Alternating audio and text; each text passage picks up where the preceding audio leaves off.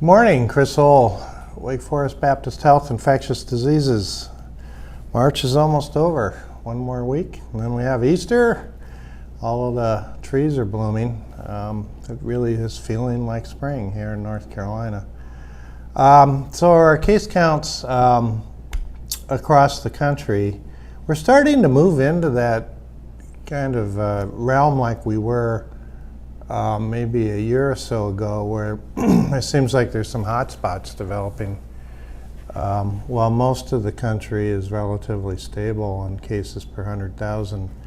North Texas, parts of Michigan, central Minnesota, moving into South Dakota, particularly New Jersey, suburban New York, very much South Florida, Miami, are spots where their cases are increasing, some of them as much as 30% in the last week or two. Maryland is starting to see some increases as well. There was the governor and is worried that it may be tied to their limiting of restrictions on businesses, restaurants, gyms, and such that they did roughly 2 weeks ago. So that we'll have to wait and see how that turns out for them. And we'll talk more about that in a minute as it relates to North Carolina. So here in North Carolina, our cases per 100,000 new cases has been pretty stable over the last week.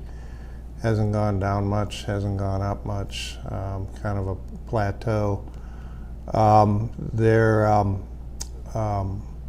Our hospitalizations are down under 1,000 now, of COVID hospitalizations in prevalence per day in North Carolina, which is good, and getting a lot of help from vaccines on that. And our deaths are still declining in North Carolina, which is also very welcome. So Forsyth County, we're at 12 per 100,000. This time last week we were at 12 per 100,000. So it's pretty stable here as well. I think though that we're going to start seeing our cases go up some in both the state and also in our area here. And it will be for several reasons. One is that, as most people know, we're relaxing here in North Carolina our restrictions, particularly in those areas where infections are at higher risk. So our restaurants now are up to 75% capacity, bars to 50%, and the bars will be open longer now. 11 o'clock alcohol sales has been the curfew for that has been lifted. So these are areas where people get together indoors and in oftentimes smaller places. And we know from case control studies that the risk of getting coronavirus in such a setting, at least in a restaurant, is about 2 to 3 times higher than in a retail establishment. And then in bars, it's going to be even higher than that, particularly bars that aren't following through with their capacity limits. And that group of people who tend to go to those areas are people who largely haven't been vaccinated yet. Either their priority group hasn't come up yet because they're young and healthy, or they're not interested in getting the vaccine. And so that group of people is going to be a group of people that are going to be driving, I think, an increase in cases. Will this be like it was in January? No. I think it'll be more of a small wave, whatever you want to call an increase in cases, compared to like what we saw in midsummer of last year. We're also having more people traveling right now as schools go on spring break, and it's not necessarily everyone going down to Miami Beach to party. But people having family get-togethers and visiting friends and taking a week off. And when you do so, you spend more time eating out, and you'll spend more time bubble fusing with family and friends. So Now, if you've been vaccinated, the risks are lower from doing so, but if you're unvaccinated, the risk hasn't changed since over the last year or so. Now, our mass gathering limits have also increased in North Carolina, 50 indoors and 100 outdoors. So 100 outdoors, you gotta have a really big barbecue in your backyard with 100 people.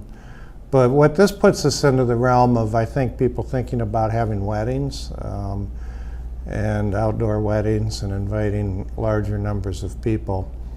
And if you're thinking about having a large outdoor gathering, with that number of people, there'll be unvaccinated people in that venue, I'm sure. So you'll want to be wearing masks and spreading out and thinking about how you serve food and how the eating is done, because when you eat, you take your mask off and infection risk goes up. So still be mindful, even though we're having larger groups of people together, be mindful of COVID safety.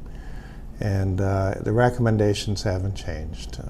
Masks and social distancing and hand hygiene and avoiding as many bubble fusions, particularly in an unvaccinated, unmasked way. So there's a little bit of discussion going on involving schools here in North Carolina, including our Winston-Salem Forsyth County Schools meeting tonight to take a look at middle and high schools and changing cohorts, trying to get kids back in school more in person. And in order to do so, they'll be looking at bringing the separation distance from 6 feet down to 3 feet roughly, or for you metric people, down to 1 meter. And that I think is okay in the classroom settings. In the studies now, we've got 5 out that show that 3 feet and 6 feet are really no different, as long as people are wearing masks and adhering to that within the school. If you bring down the cohorts, it does raise the risks, though, that if there is a case in school, that you might have to quarantine a larger group of people. So that'll have to be kept in mind, that the quarantine numbers might go up. Also, the other things that we have to do in schools in order to stay safe need to still be followed, particularly the masking, and then also looking at things like chorus and how lunch is done when people are unmasked and eating, and small clubs and groups that might meet in unsupervised ways that surround school, and still with athletics. So anyway, you'll have to keep that in mind as we open our schools back up, which, as everyone knows, I'm all for getting as many people in person in school as possible, but it's still, we need to do it carefully. A few things to talk about with vaccines. So here in North Carolina, roughly somewhere, we're getting close to 30% now of North Carolina. We're not quite there yet, but getting close. 30% of North Carolina have gotten their first dose of vaccine. And roughly about half of that are fully vaccinated. So the vaccine supply is not quite opening up as fast as I thought it was going to.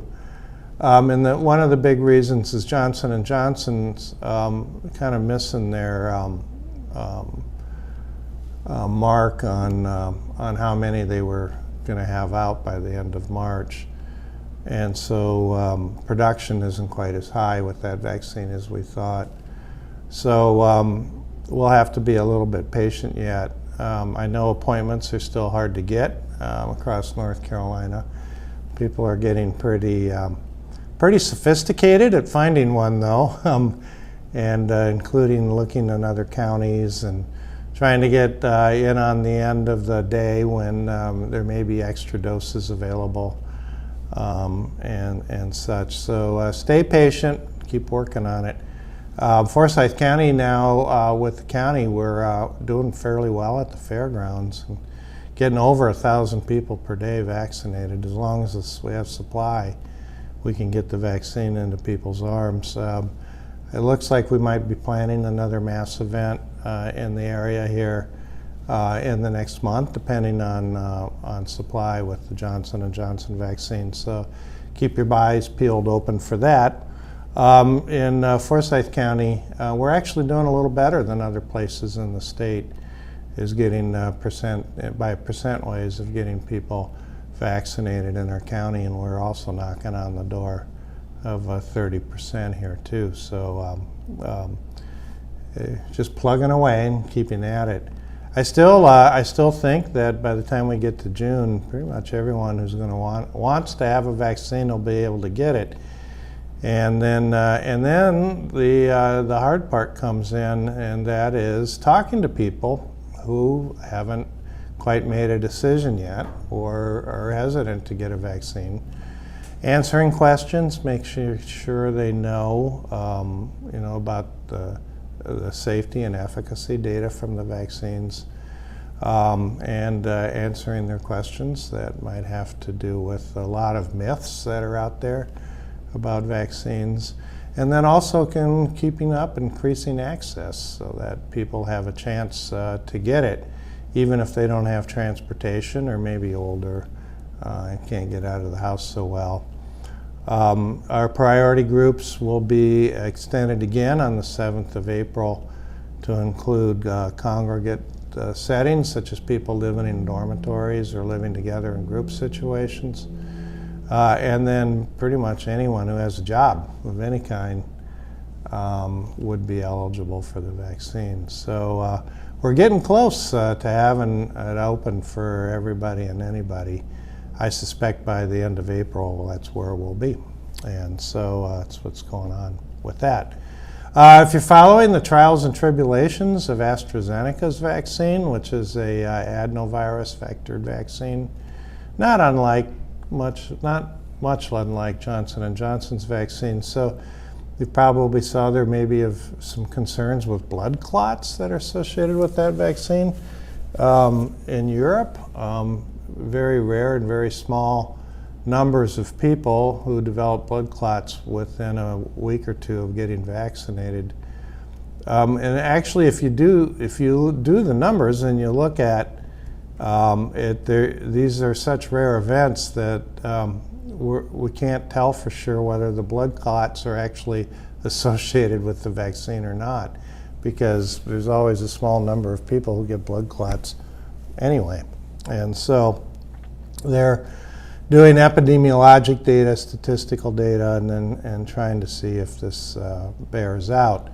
The head pharmaceutical regulatory groups for the European Union, which are like our FDA, has come on the decision that the vaccine is safe and that they don't think the blood clots are associated. And so a lot of the countries that had suspended use of it are now continuing to vaccinate with AstraZeneca's vaccine. So that vaccine's not yet FDA approved here in the United States. I think that in April the FDA may be looking at it. And I'm not being critical, but AstraZeneca's had some hiccups and a few stumbles in how they've presented data and analyzed data from their trials, and the submissions to the government with these. And I can tell you the FDA doesn't like that, and they'd like things to be all the T's crossed, all the I's dotted, everything in line and perfect. And that's the way we want the FDA to be as citizens. So we'll have to see how that goes. It may be a little rocky for AstraZeneca for their FDA approval here in the U.S. We'll have to see. Personally, I think the vaccine's effective. Personally, I think it's safe, but you have to you have to have your data all line up and be accurate. And we'll have to see what the FDA thinks about how AstraZeneca presents it. A little bit of an update on clinical trials for children. So Moderna has now started enrolling children under the age of 12, and so that is going to take some time for those clinical trials. I get asked a lot, are there any clinical trials for children in our area here? And at the moment, no, there are not, but there is an effort to potentially have some clinical trials opened up with the Atrium enterprise down in the Charlotte area in April. And they're not open yet, and they're still working on it, but we'll have to see how that goes. And we may have some opportunities for our kids here to get enrolled in those trials. So I'll keep you posted on that, and we'll see how that goes. Some questions have always come up about why is it that you can get a vaccine down to age 16 with Pfizer's vaccine, messenger RNA vaccine, but not Moderna's, it's 18. And it all comes down to how those two companies did their clinical trials. Moderna didn't enroll anyone less than 18, Pfizer did down to 16. And so when the FDA gave their approval, they had data for people between 16 and 18 for Pfizer, but not for Moderna. And so that's why it creates some confusion a little bit at vaccine sites. If you don't know for sure what vaccine they're offering and you've signed your 17-year-old up with asthma, then it's a little bit disconcerting to find out it's the other vaccine and the 17-year-old can't get it. So if you're looking at a 16 to 18-year-old person, call ahead and find out which vaccine they're using to the site you're going to, so that you know whether or not they'll be able to get it under the FDA approval. So lastly, I think yesterday we had an exciting announcement about Wake Forest's School of Medicine opening up a regional campus in Charlotte. So now we will have 2 campuses for one medical school at Wake Forest School of Medicine. And this is really exciting for us, and I can speak personally from us in the infectious diseases world, because it's always, we're always into having research and education and teaching and scholarly activity, and that increases the bandwidth for being able to help take care of our citizens in the state. So if you have 2 campuses, you can do it better than with 1. We are not moving the campus here in Winston-Salem to Charlotte.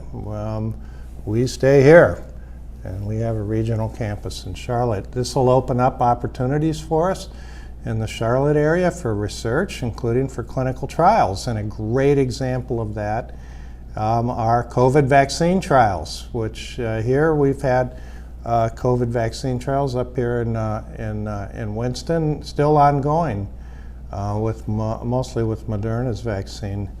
And then we'll have opportunities to do vaccine trials with the same group of clinical trials people looking over it down in the Charlotte area too. So it opens up opportunities for our citizens in both cities. And I really think that's really exciting. Plus, we can train twice as many med students that way. And that's real exciting for people who want to be doctors or nurses and PAs and nurse practitioners. So some pretty exciting news from that angle. So I think with that, is there any questions from the media or the group here this morning?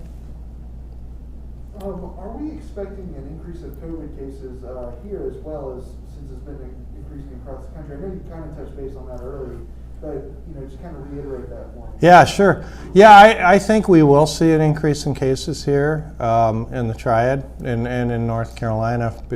you know, we're more relaxed. There's more opportunities for people to be out and about, including in areas that are a little bit higher risk for getting infected. Restaurants, gyms, bars, things like that. And I think people are relaxing a little bit, getting together with friends and neighbors in their own homes and neighborhoods. And so I think we will have an increase in cases. Yeah. So I'm thinking that we'll have a wave here in April. And I don't see it like it was in January. Maybe kind of like what we saw in the middle of last summer. So if people keep being careful and wear their mask and still social distance and try to keep the bubble fusions down to a minimum, we'll not have such a surge in cases as in some areas in the country. One other question that did come up that I failed to mention is we've been asked, what about reinfections? So what is a reinfection is when somebody's had COVID before and they get it again. And how common is that and why does that happen? So the how common is it question is it's still pretty rare. In fact, I don't have any exact numbers for here in the area, but it's I know personally of a handful of cases since the beginning of the COVID outbreak. And we see this with other viral respiratory infections. It's not just with COVID that people sometimes get them again. And for some reason, the immune response just didn't kick in from the natural infection. It turns out that vaccine immunity is stronger than natural immunity, and I do have numbers both in other areas of the country and then some suggestions of what we are here in Winston-Salem, that if you've been vaccinated, the rate of getting infected after vaccination is roughly between 0.03 and 0.05%. So that's pretty low. I'm not talking about 3% or 5%. 0.03, so 1/100th of 1%. So infection after vaccination still seems to be a very rare event. So that's all really good news. Well, the variants changed that. For natural infection, if we have a high penetration of South African and Brazil variants here in the United States, then reinfection after natural infection will go up. I don't think it'll raise much with post-vaccination people. And though both the South African and the Brazil variants to date are pretty unusual in the U.S. When we see variants right now in the U.S., it's either the UK variant or the one that arose out of California, which is pretty common in California, Arizona, and Nevada right now. And then there's a variant out of New York. But those don't seem to have quite the propensity to cause reinfection as the ones from South Africa or Brazil. So I asked a question and I answered it. Any other questions? Yeah, I've got one more question. Forsyth County seems to be reducing the number of testing sites. Do you think this is a good idea? Forsyth County seems to be reducing the number of testing sites. Is it a good idea? I think the testing sites are realigning, and with that, the numbers are reducing, but I think the overall number of tests that are being offered are roughly about the same still. This allows some of the resources that have been used for testing to be used for vaccination. You have to kind of weigh a little bit the importance between testing and vaccination. Testing is still important, but vaccine is also very important. So we need to make sure that we have the resources available for vaccination as well.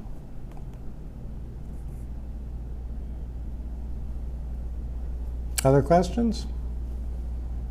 Great. We'll see you next week.